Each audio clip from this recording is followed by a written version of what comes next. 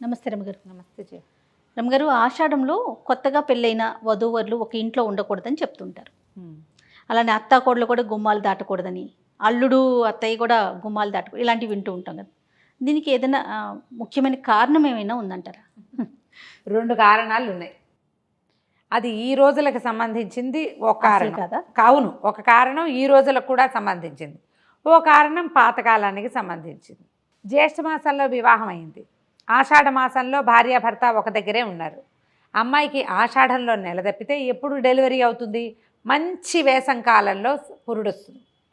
పెళ్ళైన నెల 2 నెలల్లో కన్సీవ్ అవ్వడం సహజమైన సంగతే కదా.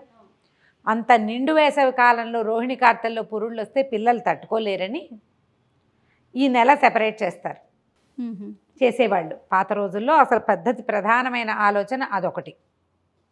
సైన్స్ అంతే. ఇది ఇప్పటిలాగా మనకి ఏసీలు ఉన్నాయి, బోసీలు ఉన్నాయి, అవన్నీ అప్పుడెక్కడ ఏసీలు, కూలర్లు, ఇంకోటి ఇంకేమీ లేవు. ప్లానింగ్తో వెళ్తుంది కదా, ప్లానింగ్తో వెళ్ళిపోతుంది. తర్వాత ఆషాఢం తర్వాత వచ్చే శ్రావణము నోముల కాలం. భార్యాభర్త అంతా ఎంతసేపు కలిసి ఉండడానికి అంత పెద్ద అవకాశం ఉండదు. పూజలన్నీ, పునస్కారాలని, ఉపవాసాలని ఉంటాయి, అప్పుడప్పుడు కలుస్తారు, పర్వాలేదు. తర్వాత మెల్లిగా ఆషాఢం, శ్రావణం చివరిలో ఎప్పుడైనా కన్సీవ్ అయినా ఎండాకాలం వెళ్ళిపోయే దశలో అంత నిండు వేసవి కాకుండా ఉంటుంది అని ఇదొక ప్లాన్ ప్రకారం చేసేవాళ్ళు.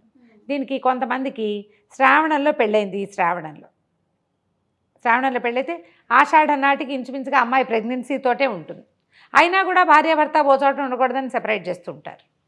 ఇది నియమం ఏర్పరిచినప్పుడు ఇందుకు అని చెప్పలేదు, శాసించారు. నియమాలు ఎప్పుడు శాసనంగానే ఉంటాయి కదా, లేకపోతే అమెండ్మెంట్లు ఉంటాయి దానికి. నో అంటే నోనే చేశారు. నో చెయ్యకపోతే వీళ్ళు వినరు. కాబట్టి శ్రావణపు 3వ రోజున పెళ్ళైన వాళ్ళకి మళ్ళీ ఆషాఢం, శ్రావణం తర్వాత ఏముంది, సంవత్సరం తిరిగిపోతుంది. 5-6 నెలలు, 8 నెలలు, 9 నెలల ప్రెగ్నెన్సీలు కూడా ఉంటాయి. భార్యాభర్త ఏడాది లోపల ఓ చోట ఉండకూడదని వాళ్ళని సెపరేట్ చేసుకుంటూ ఉంటాం. ఆ నియమాన్ని అన్ని చోట్ల పెడతాం. పూర్వపు నియమం, పల్లెటూరు నియమం ఒకటి ఏం చెప్తారంటే, ప్రధానంగా ఇదివరకంతా వ్యవసాయ ఆధారితమైన జీవితాలు మనవి. అవును. ఈ తొలకరి జల్లులు పడేసరికల్లా భార్యాభర్త ఎంతసేపు కులాసాగా ఉంటామంటే కుదరదు. అప్పుడు పని చేసుకోవాల్సిన రోజులు అవి. నాట్లేయటం, పొలాల దగ్గర తిరగటం, సీరియస్గా పని చెయ్యాలి. ఆడపిల్లలు అత్తారిళ్లలో ఉంటే భర్తలతో కులాసాగా ఉంటారు. అదే వీళ్ళు పుట్టింటికి వెళ్ళిపోయారనుకో, అయ్యో నాన్న కోతలు ఊడుపులకు వెళ్ళాడు, నాట్లకు వెళ్ళాడు అని చెప్పి నాన్న కోసం వంటలు వండి పనులు చేస్తారు. భర్తల దగ్గర ఉంటే అలా ఎందుకు ఉంటుంది? కాస్త జల్లుబడేసరికల్లా భార్యాభర్త పావురాల జంటలాగా గదిలోకి వెళ్దామనిపిస్తుంది. కబుర్లు వస్తాయి, కులాసా వస్తుంది, రిలాక్స్ అయిపోవాలన్న ధోరణి ఉంటుంది. పుట్టింట్లో ఉంటే అలా ఉండదు చూడు, ఆ తేడా ఉంటుంది కదా. అందుకని అమ్మాయిని గడప దాటిచ్చేసి పుట్టింట్లో అట్టపెట్టేవాళ్ళు. తొలి సంవత్సరమే ఈ సరదా ఉంటుంది. 2వ ఏడాదికి ఓ చంటిపిల్ల, వెంటిపిల్ల ఎవరో ఒకళ్ళు వచ్చేస్తారు, కనీసం ప్రెగ్నెన్సీయో. అవునా, ఇది వరకటి కాలం కదా.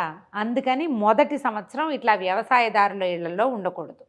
వ్యవసాయం వేరు, వ్యాపారం వేరు. ఎవరికైనా సరే ఒకటే నియమం పెట్టేస్తే గొడవ లేకుండా ఉంటుందని ఈ గట్టి నియమాన్ని ఏర్పరిచారు. మనం చాలా మానేస్తాం చెయ్య, పెళ్ళిళ్ళలో ఇది చేయకూడదు, అది చేయకూడదు, ఈ రోజుల్లో ఎవరు చేస్తున్నారు అని మానేస్తాం. అవును. కానీ వీటిని మాత్రం పెట్టుకుంటాం కొన్నిటిని. అవును. ఆషాఢం మాత్రం బాగా ఫాలో అవుతారు కొత్తగా పెళ్ళైన వాళ్ళు, మీరు అన్నట్లుగా. ఏవో కొన్ని ఉంటాయి భయాలు, అనుమానాలతోటి. ఏదైనా కలిస్తే భార్యాభర్త ఏదో పిల్లలు సరిగా పుట్టరని ఆ భయాలు ఉంటాయి. అలాంటిది కాదు. నిండు వేసవిలో డెలివరీలు అవుతాయని, తర్వాత ఇలా అవుతుందని. ఇందులో అత్త కోడళ్ళు, అత్త అల్లుడు గడప దాటకూడదు కాదు, ముఖ్యంగా భార్యాభర్తకి మెయిన్. దీన్ని ఏం చేశారంటే క్రమంగా కాలక్రమంలో ఎవరి ఐడియాలజీ వాళ్ళు పెడతారు కదా. అత్త అల్లుడు గడప దాటితే అత్తకి మారకం లేదా అల్లుడికి ఏదో అవుతుంది, అలాంటి భయపెట్టింది వినం కదా మనం. మనం వినకపోవడం అనేది చాలా పెద్ద ఇష్యూ.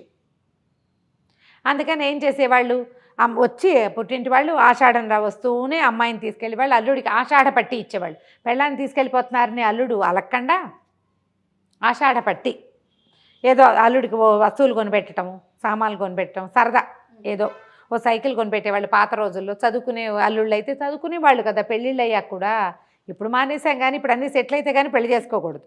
అప్పుడు ఏముంది, పెళ్ళిళ్ళు చిన్నప్పుడు చేసేవాళ్ళు, అబ్బాయిలు చదువుకుంటూ ఉండేవాళ్ళు, అమ్మాయి పుట్టింట్లో ఉంటూ ఉండేది, సెలవులకు వచ్చేవాళ్ళు. నిజంగా అలా జరిగేది జయ.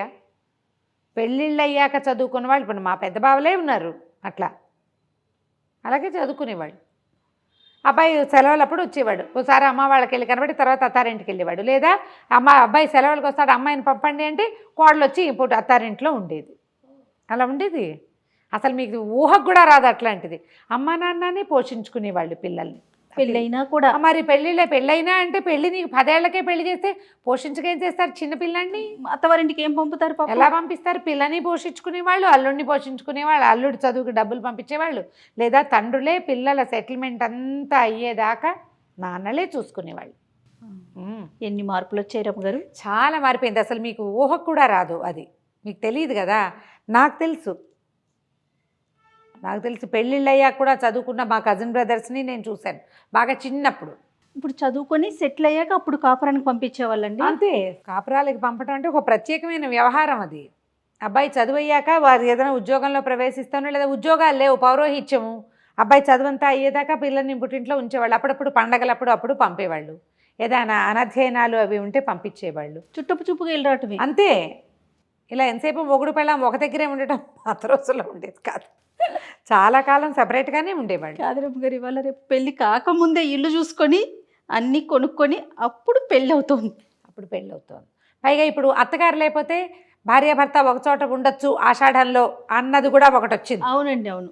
అసలు అది పెట్టింది ఎందుకు అంటే ఇందుకు. అందులో అత్తగారికి ఏ సంబంధము లేదు. అత్తగారికి మారకాలు అవి లేవు. ఓన్లీ భార్యాభర్తలకు అత్త సంబంధించి కోడళ్ళు, అత్త అల్లుడు కాదు. వైఫ్ అండ్ హస్బెండ్కి సంబంధించిన వ్యవహారమే ఇది. కానీ కొన్ని మన ఇష్టానుసారంగా భలే మన వీలు వెంబడి మార్చేసుకుంటాం. పిల్లలు బొంబాయిలో ఉంటారు, ఆషాఢం అయితే ఏమిటి వాళ్ళ అత్తగారు వాళ్ళతో ఉండదుగా, వాళ్ళిద్దరు అక్కడే కలిసి ఉంటారంటారు. అవును, అవును. ఉద్యోగాలు చేసే వాళ్ళని కూడా ఇలాగే మాట్లాడుకుంటారు. మనకు ప్రధానమైంది ఈ పాయింట్. ఓకే. తర్వాత మన ఇష్టం. ఆచారం అయితే అలా చెప్పబడింది, మన పద్ధతి. ఇప్పుడు ఇది ఎందుకు అనే దానికి ఆన్సర్ చెప్పాను.